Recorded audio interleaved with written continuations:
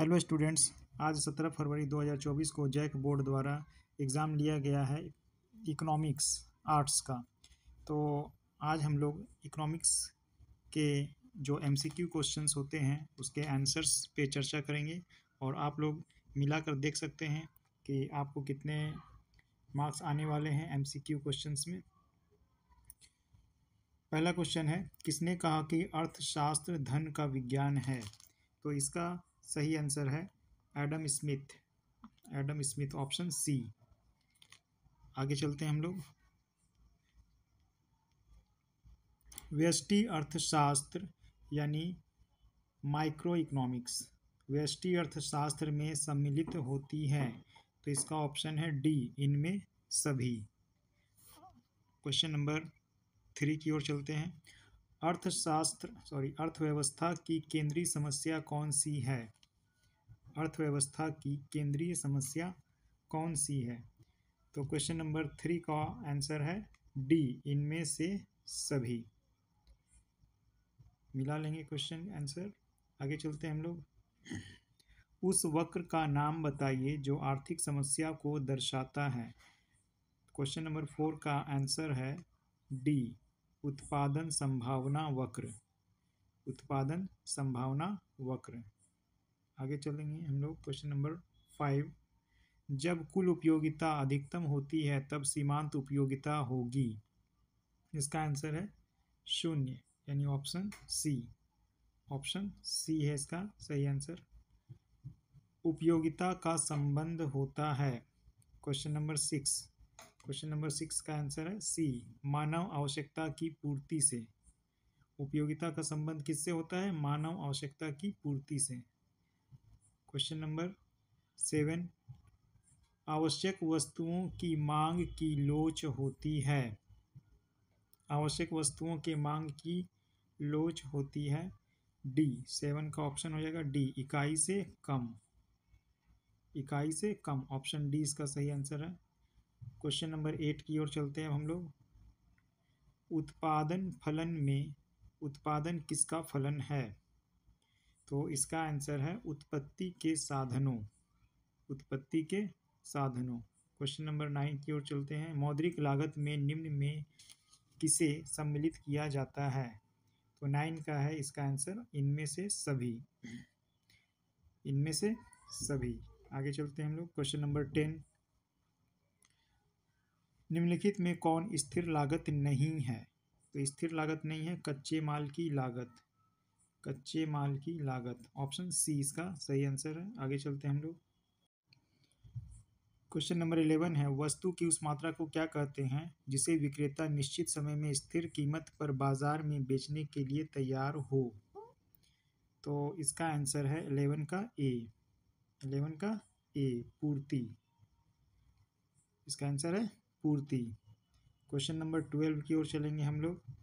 किसी वस्तु का मूल्य निर्धारित होता है, किससे निर्धारित होता है? मांग एवं पूर्ति के द्वारा, दोनों के द्वारा। मांग एवं पूर्ति दोनों के द्वारा किसी वस्तु का मूल्य निर्धारित होता है। क्वेश्चन नंबर 13 का आंसर है, पेट्रोल की कीमत बढ़ जाने पर कार का मांग वक्र खिसक जाता है। तो पेट्रोल का जब कीमत बढ़ जाता है तो मांग का वक्र क्या होता है, किधर खिसकेगा वो? बी, ऊपर की ओर। इसका आंसर है बी, ऊपर की ओर। Question number 14। क्वेश्चन नंबर 14 में चलते हैं हम लोग। निम्न में कौन सा सही है? क्वेश्चन नंबर 14 का डी, इनमें से सभी।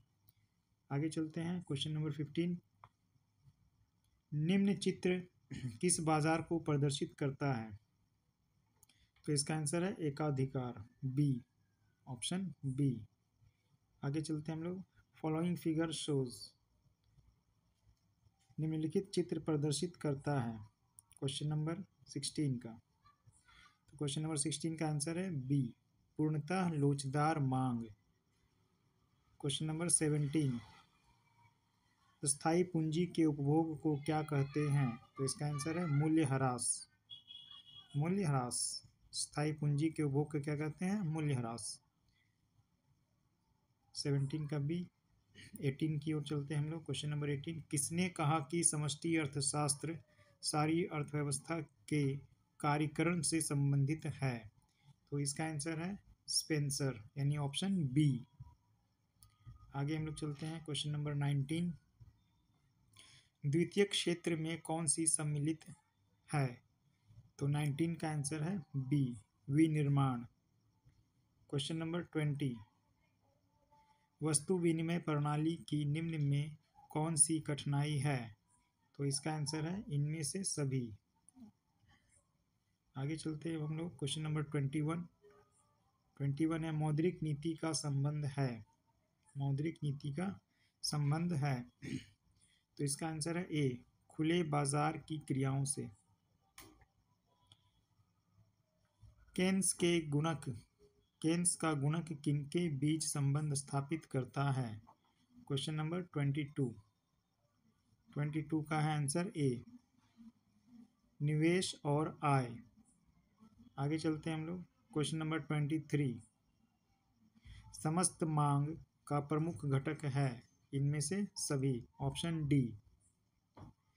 फिर क्वेश्चन नंबर 24, गुणक को किस सूत्र द्वारा व्यक्त किया जाता है? तो इसका आंसर है बी। 25, क्वेश्चन नंबर 25 का, यदि MPC इक्वल्स टू 0.5 और प्रारंभिक विनियोग 100 करोड़ है तो अर्थव्यवस्था में कुल आय में वृद्धि होगी। तो इसका आंसर है 200 crore, option C. Question number 26, न्यून मांग को ठीक करने के निम्न में कौन से उपाय हैं? तो 26 का आंसर है सी, ए और बी दोनों। आगे चलते हैं हम लोग। क्वेश्चन नंबर 27, विकासशील अर्थव्यवस्था के लिए कौन सा बजट सबसे उपयुक्त होता है? तो इसका आंसर है ए, घाटे का बजट। क्वेश्चन नंबर 28, ऐसे व्यय जो सरकार के लिए किसी परिसंपत्ति का सृजन नहीं करते कहलाते हैं। तो 28 का आंसर है ए, राजस्व व्यय। क्वेश्चन नंबर 29, बजट में हो सकता है। तो इसका आंसर है इनमें से सभी। आप ध्यान दे रहे होंगे कि जिसमें इनमें सभी ऑप्शन है, आंसर वही है। क्वेश्चन नंबर 30 है, balance of trade equals to what? व्यापार संतुलन बराबर क्या? तो इसका आंसर है बी, दृश्य तथा अदृश्य दोनों मदों का निर्यात माइनस दृश्य तथा अदृश्य दोनों मदों का आयात। तो इससे मिलाकर आप देख सकते हैं कि कितने क्वेश्चन आपके सही हुए हैं और इससे आप अंदाज़ा लगा सकते हैं कि आपको कितने मार्क्स एग्ज़ाम में आने वाले हैं।